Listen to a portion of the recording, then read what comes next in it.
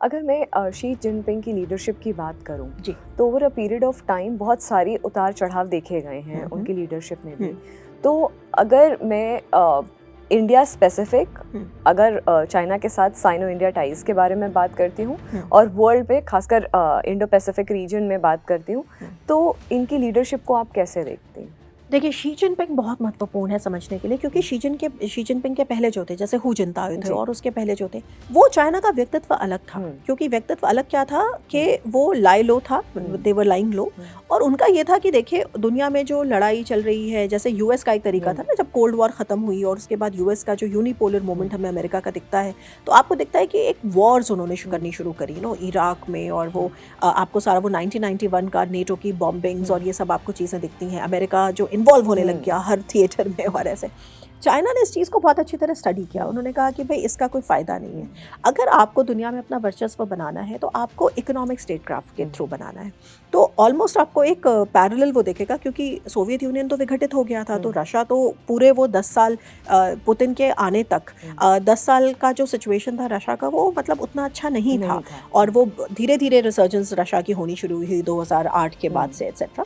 लेकिन अगर आप केवल यूएस और चाइना को उस समय देखते हैं, तो आपको ये बड़ा एक मज़ेदार सा एक आपको इक्वेशन दिखता है कि जो दुनिया का सबसे बड़ा ताकतवर देश है अमेरिका, वो अलग अलग वॉर्स में इन्वॉल्व हो रहा है। कहीं बॉम्बिंग कर रहा है युगोस्लाविया में, कोसोवो में बॉम्बिंग कर रहा है, इराक और अफगानिस्तान में इन्वॉल्व हो रहा है।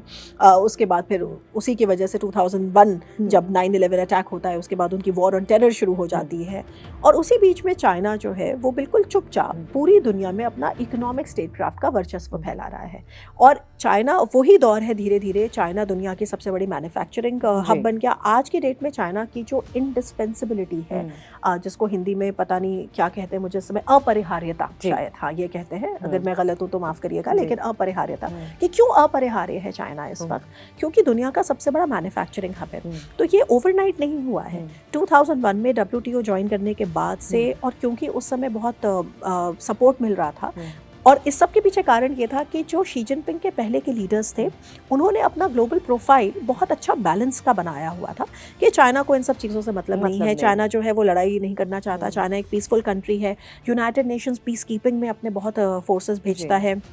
और पूरा प्रोफाइल जो बनाया हुआ था कि भाई हम तो यहाँ पे केवल, अगर हम कहीं पे बेस डेवलप कर रहे हैं, तो उसके पीछे तो कारण बस इतना है कि भाई लॉजिस्टिक सपोर्ट मिलेगा हमको। जैसे जिबूती में जब उन्होंने अपना ये सब हालांकि बाद में शुरू किया, तो कहने का मतलब है कि जो हू जिनताओ तक का जो चाइना है, आप भारत से भी देखेंगे कि ठीक है, हमारी मतलब हमारा जो लास्ट चाइना के साथ स्कर्मिश था, मेन 62 की वॉर तो सब जानते हैं, जो 1962 की वॉर थी, जो बहुत ह्यूमिलिएटिंग डिफीट थी हमारे लिए। और उसके बाद आपको पता है कि हमारी पूरी फॉरेन पॉलिसी को उसने इम्पैक्ट किया। पर उसके बाद से 67 में भी हमारे क्लैशेस हुए चाइना से। फिर उसके बाद फिर मतलब लेट 80s 87 के आसपास तक हमारे चाइना से क्लैशेस हुए। फिर राजीव गांधी की सरकार में फिर ये कॉन्फिडेंस बिल्डिंग पूरा जो तरीका था वो शुरू हुआ, क्योंकि राजीव गांधी जो थे वो, आपको ध्यान होगा कि उन्होंने श्रीलंका में भी ये सब शुरू किया। उसके बाद उसका परिणाम भी बहुत ख़राब हुआ, लेकिन खैर उन्होंने वहाँ शुरू किया, तो चाइना के साथ कॉन्फिडेंस बिल्डिंग वगैरह शुरू किया। तो एक ऐसा दौर था जब हमें लग रहा था कि भाई ट्रेड हम बढ़ाएंगे। तो एक जो न्यू लिबरल लॉजिक है ना स्मृति, कि countries that trade with each other don't have any reason to go to war with each other, क्योंकि अगर हमारे इंटरेस्ट जो है वो एंटवाइंड हैं या जुड़े हुए हैं, तो हम वॉर करके क्यों उसको खराब करेंगे। हालांकि ये न्यू लिबरल लॉजिक जो है वो पूरी तरह से ध्वस्त हो चुका है, क्योंकि दुनिया में जो अब लड़ाइयाँ हो रही हैं वो उनके बीच में हो रही हैं जो बहुत बड़े ट्रेडिंग पार्टनर्स हैं। और ये चीज़ तो शी जिनपिंग के आने के पहले हमको दिखता था कि चाइना के भी हित में है कि वो इंडिया के साथ अपना वो मैनेज करके रखे। और चाइना भाई मैन्युफैक्चरिंग हब बन रहा था, तो हमारी ट्रेड बढ़ रही थी धीरे धीरे धीरे, और ये सब चीज़ें चल रही थी।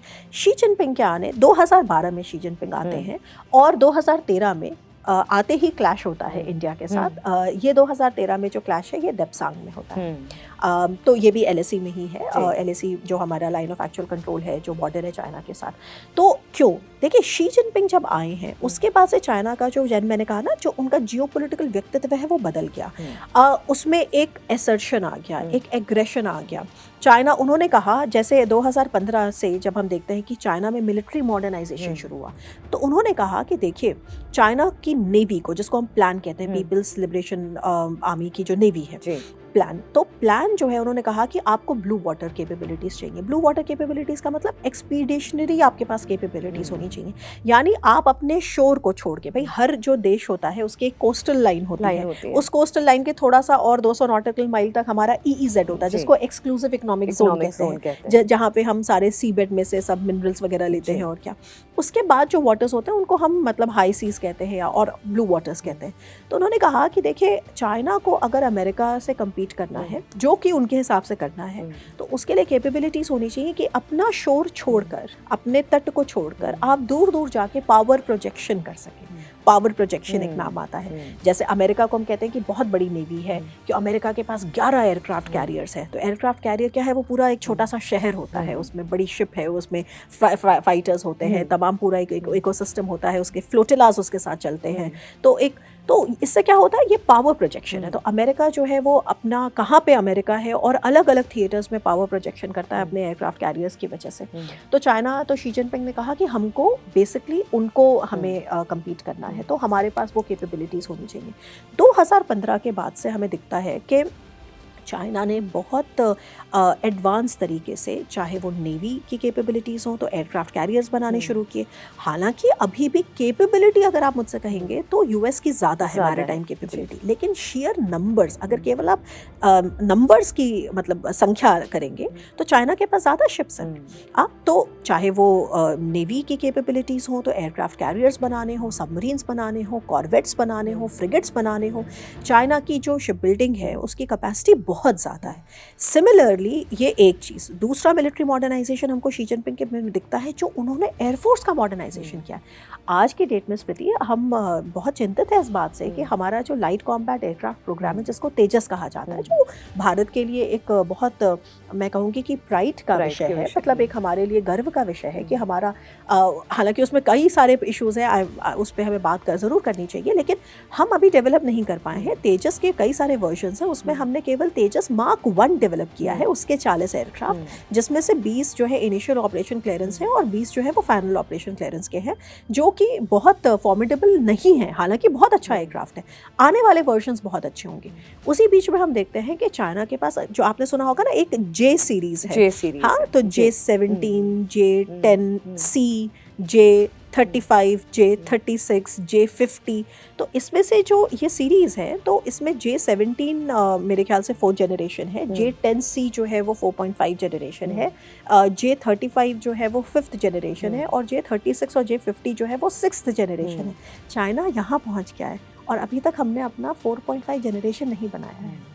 तो जो ये मॉडर्नाइजेशन है, उसके बाद जो उन्होंने मॉडर्नाइजेशन किया है, जो बिल्कुल मैं कहूँगी कि अचंभित करने वाला मॉडर्नाइजेशन है, जो उन्होंने अपनी सैटेलाइट और कम्युनिकेशंस में किया है। क्योंकि देखिए, आज के दौर में जैसे हम छोटी सी बात करते हैं, कोई युद्ध हुआ, कहाँ पे क्या चल रहा है, जब हम कहते हैं ना कि चाइना ने LAC पे क्या क्या बनाया है, क्या इंफ्रास्ट्रक्चर किया है, तो क्या आपको लगता है चाइना हमें फ़ोन करके बताता है कि आज हम रोड बना रहे हैं?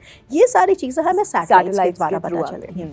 और ये जो सैटेलाइट्स हैं चाइना के पास आज की डेट में, और ये सब शी जिनपिंग के आने के बाद हुआ है, इसीलिए मैं इस पर जोर दे रही हूँ कि चाइना ने आने के बाद से आज चाइना के पास 1000 से ज़्यादा सैटेलाइट्स हैं, जो मिलिट्री कैपेबिलिटीज़ भी हैं। उनके पास अपना नेविगेशन सिस्टम है, जो उन्होंने US के GPS नेविगेशन सिस्टम के अगेंस्ट खड़ा किया है, जिसको बाइडू कहते हैं, एट्सेट्रा।